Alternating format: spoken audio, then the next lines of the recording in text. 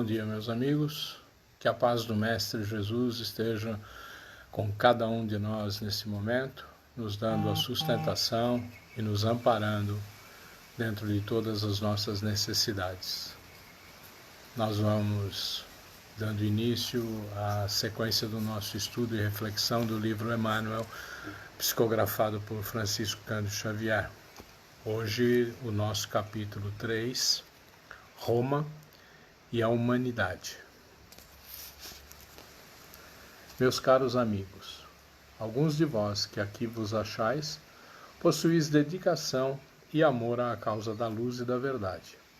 É lícito, portanto, procuremos corresponder aos vossos esforços e aspirações de conhecimento, ofertando-vos todas as coisas do Espírito, dentro das nossas possibilidades, para que vos sirvam de auxílio na escalada difícil da verdade.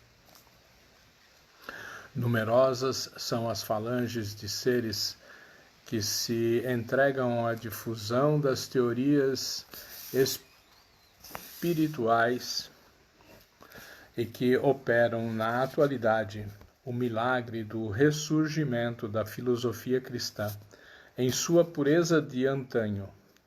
É que chegados são os dias das explicações racionais de todos os séculos que tendes atravessado com os olhos vendados para os domínios da espiritualidade, devido aos preconceitos das posições sociais e sentimentos de utilitarismo de vários sistemas religiosos e filosóficos, desvirtuados em suas finalidades e em seus princípios. Nossos desejos seriam os de que a nossa voz fosse ouvida, veiculando-se a palavra da imortalidade sobre toda a terra. Todavia, não serão feitos em vão os nossos apelos. Para constituir tema de interesse geral para quantos mourejam nas fainas benditas do conhecimento da verdade, subordinei estas palavras à epígrafe, Roma e a Humanidade, a fim de levar-vos a minha pequena parcela de instrução sobre o catolicismo que, deturpando nos seus objetivos as lições do Evangelho, se tornou uma organização política em que preponderam as características essencialmente mundanas. Roma em seus primórdios.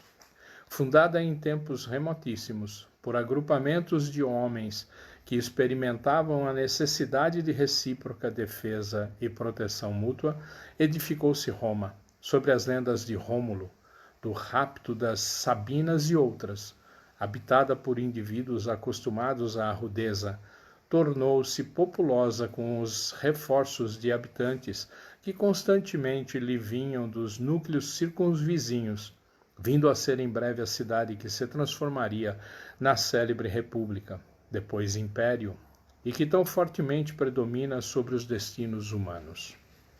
Como, porém, não é objeto da nossa palestra o estudo da história universal, sintetizemos para alcançar o nosso desiderato. O cristianismo em suas origens. Edificante é a investigação, o estudo acerca do cristianismo nos primeiros tempos de sua história. Edificante lembrarmos as apagadas figuras de pescadores humildes, grosseiros e quase analfabetos a enfrentarem o extraordinário e secular edifício erguido pelos triunfos romanos, objetivando a sua reforma integral. Afrontando a morte em todos os caminhos, reconheceram em breve que inúmeros espíritos oprimidos os aguardavam e que eles se transformavam em anunciadores da causa do Divino Mestre. A história da Igreja cristã nos primitivos séculos está cheia de heroísmos santificantes e de redentoras abnegações. Nas 10 primeiras perseguições aos cristãos, de Nero a de Diocleciano, vemos pelo testemunho da história gestos de beleza moral, dignos de monumentos imperecíveis. Foi assim que, contando com a animadversão das autoridades da filosofia em voga na época, os seguidores do Cristo sentiram forte amparo na voz esclarecida de Tertuliano, Clemente de Alexandria, Orígenes e outras sumidades do tempo.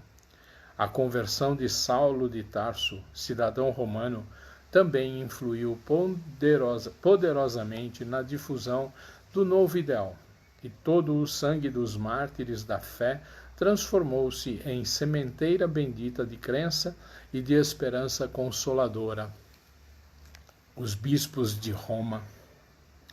Nos primitivos movimentos de propaganda da nova fé, não possuíam nenhuma supremacia os bispos romanos entre os seus companheiros de episcopado, e a igreja era pura e simples, como nos tempos que se seguiram ao regresso do seu divino fundador às regiões da luz.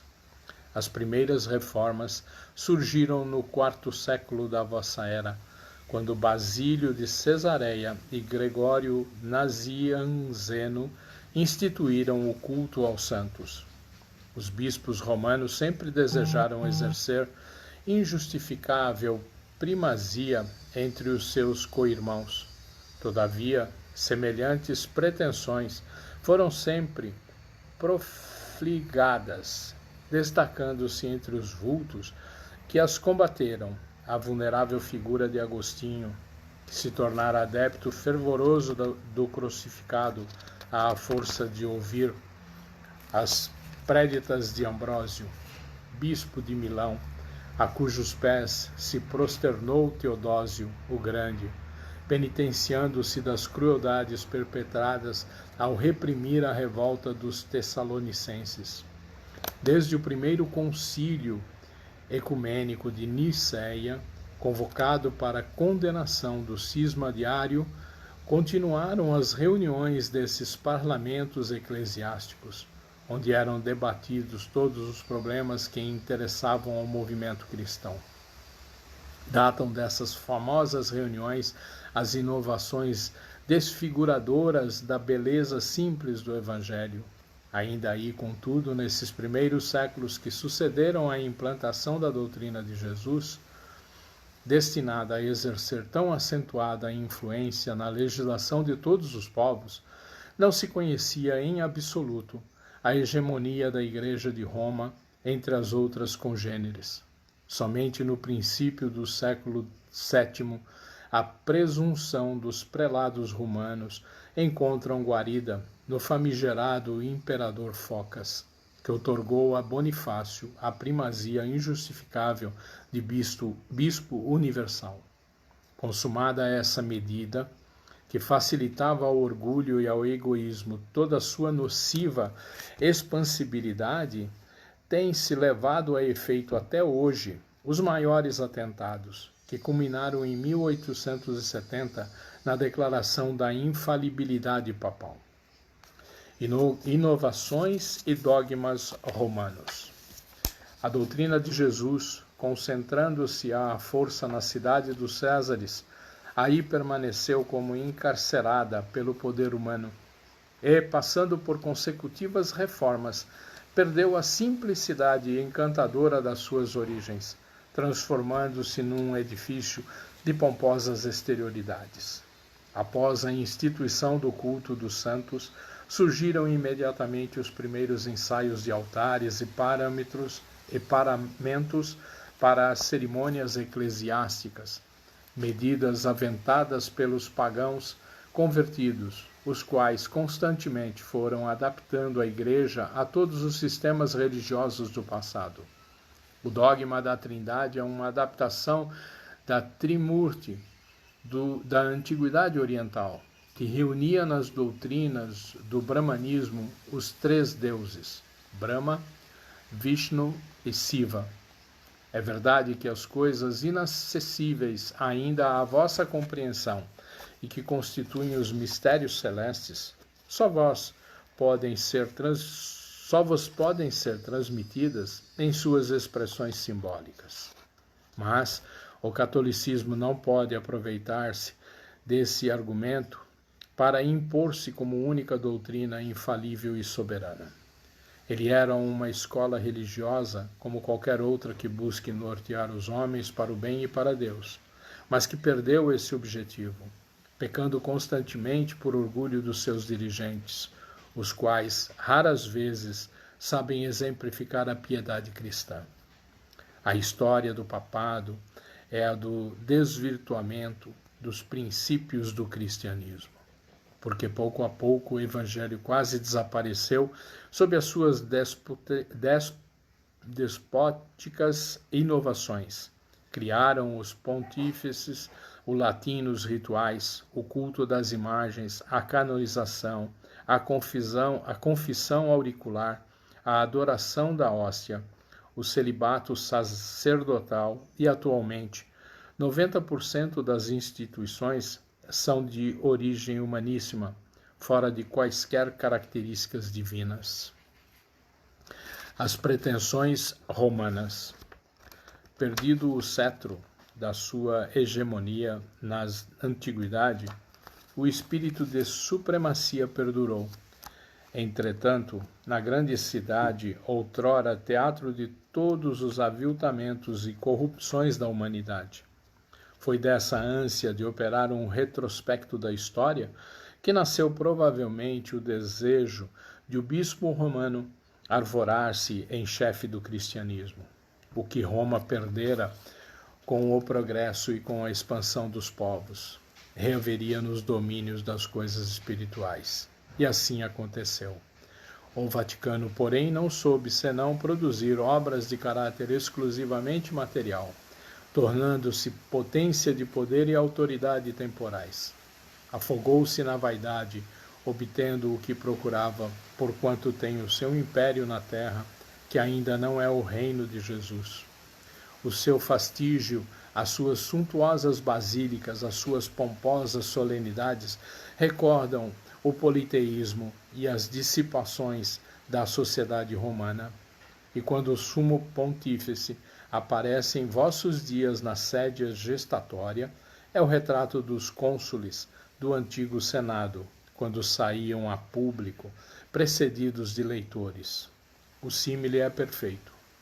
Meu objetivo foi mostrar-vos a inexistência do selo divino nas instituições católicas. Toda a força da Igreja, na atualidade, vem da sua organização política, que busca contemporizar com a ignorância. O milagre que se operou em alguns espíritos de eleição, como o divino inspirado da Umbria, regerou-se da beleza do Evangelho e dos tempos apostólicos, unicamente porque entre Jesus e o Papa, entre os apóstolos e os clérigos, há uma distância imensurável. O Vaticano conservará seu poderio enquanto puder adaptar-se a todos os costumes políticos das nacionalidades.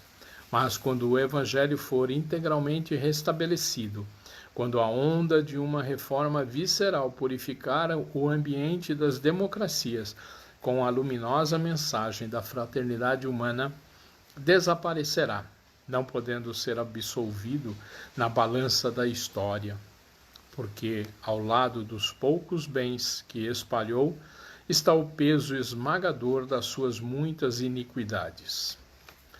Muito bom, né? Um trecho um pouco extenso na leitura, mas extremamente conciso na explicação passada por Emmanuel Achiko, que nos dá e nos coloca todo um processo de evolução do cristianismo desde os tempos de outrora. E nos conta um pouco toda a deturpação que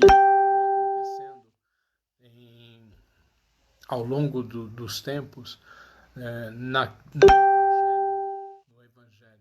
O Evangelho é algo simples, o Evangelho não precisa da pompa, nós não precisamos de formação acadêmica, de formação alguma para viver e vivenciar o Evangelho de Jesus. Infelizmente, ao longo dos tempos, a vaidade, o orgulho que impera no ser humano, naquele que está encarnado, e que se deixa levar pelas tranqueiras, desculpem o termo, do mundo, nos colocou numa condição de não olharmos para aquilo que o Mestre veio nos pedir, para aquilo que Jesus pediu para que fizéssemos de uma forma bastante simples e bastante natural. Como ele fez, ele não pompou, ele não tinha nenhuma divergência em relação ao status financeiro, à condição social das pessoas com quem ele tratava. Tanto isso é uma verdade que os seus apóstolos não eram estudados, não eram letrados, eram pessoas do povo que foram aprendendo a se doar e a se entregar dentro de uma postura religiosa singela. Na realidade, é para esse momento que nós estamos caminhando. Nós precisamos deixar as pompas, nós precisamos ser mais simples, nós precisamos estar junto das pessoas. Esse momento é um momento delicado. Passamos por uma pandemia, por algo que está a nos mostrar qual é o real valor da vida para a qual nós estamos. Veja que todos estão sendo colocados no mesmo nível.